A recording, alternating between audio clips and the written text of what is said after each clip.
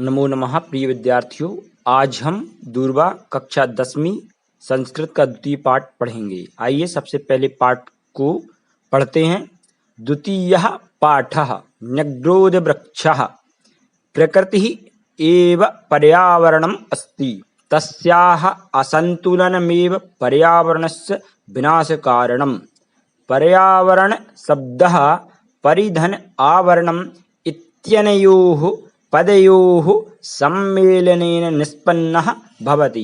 अस्यार्थः अस्मान् परितः स्थितम् आवरणम् एव पर्यावरणम्। पर्यावरणक्षरणेन उत्पन्नाः याः समस्याः सन्ति तासु ओजोन परत इत्यस्य क्षरणम् एका प्रमुखा समस्या।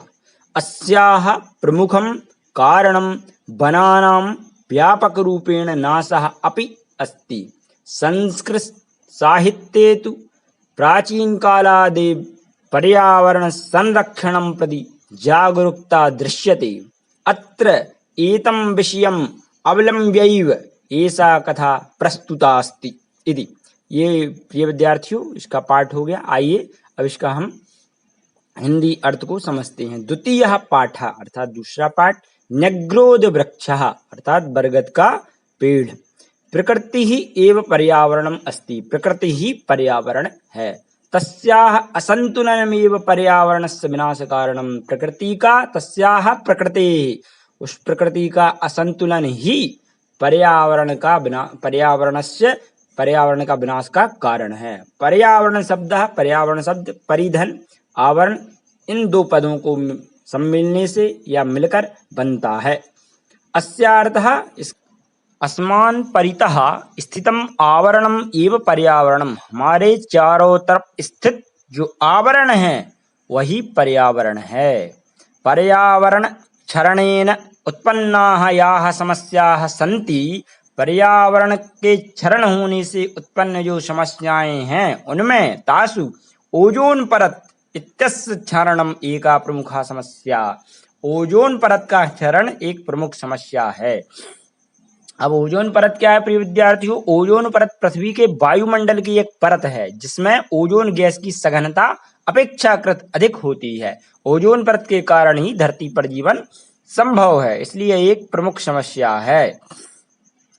अस्याः प्रमुखं कारणं वनानां व्यापक रूपेण नाशः अपि अस्ति। इसका प्रमुख कारण वनों का व्यापक रूप से नाश भी है।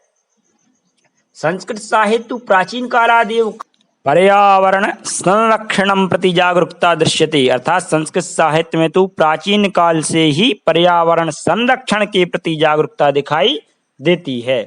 अत्र एतं विषयम् अवलम्ब्यैव एषा कथा प्रस्तुता अस्ति। अर्थात यहाँ पर इसी विषय को आश्रय लेकर यह कथा प्रस्तुत की जा रही है।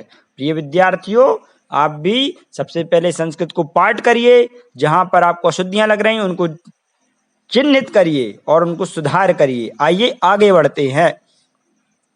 कस्मिंश्चित् ग्रामे एकः प्राचीनः विशालः च न्यग्रोधवृक्षः आसीत्। सः पशु पक्षिभ्यः बहुविधेभ्यः जीवजन्तुभ्यः मनुष्येभ्यः अपि नित्यं बहुपकारकः आसीत्। पथिकाः तस्य वृक्षस्य छायायां पाथेयं भक्षयित्वा मार्गायासं परिहरन्ति स्म। पशवः छायार्थं वृक्षमिमम् आश्रयन्ति स्म। पक्षिणः तस्य शाखासु नीडानि विरच्य बसन्ति स्म।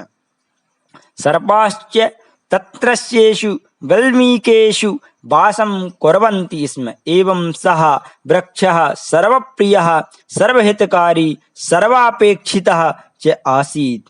तस्य न्यग्रोधवृक्षस्य शाखायाम् एकः काकः बहुकालात् वसन्नासीत्।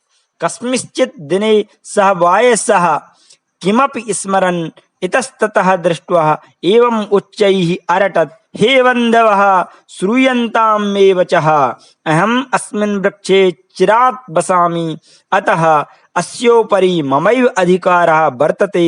अयं मदीयः वृक्षः इति काकस्य ध्वनि क्रमेण अंतरिक्षम् अस्पृशत्।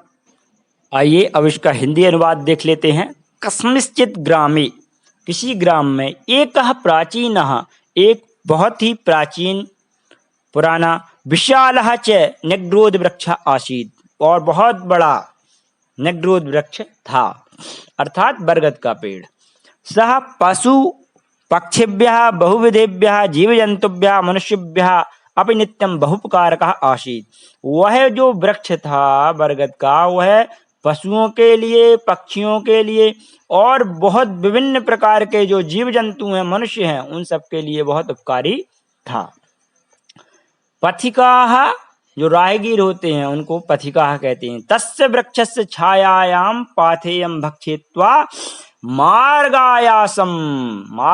आयासम अर्थात रास्ते की जो थकान है वह राहगीर उसी वृक्ष की छाया में पाथेयम अर्थात रास्ते के लिए जो हम कुछ खाना पीना रखते उसको पाथे कहा जाता है, उसको खाकर अपनी थकान दूर करते थे।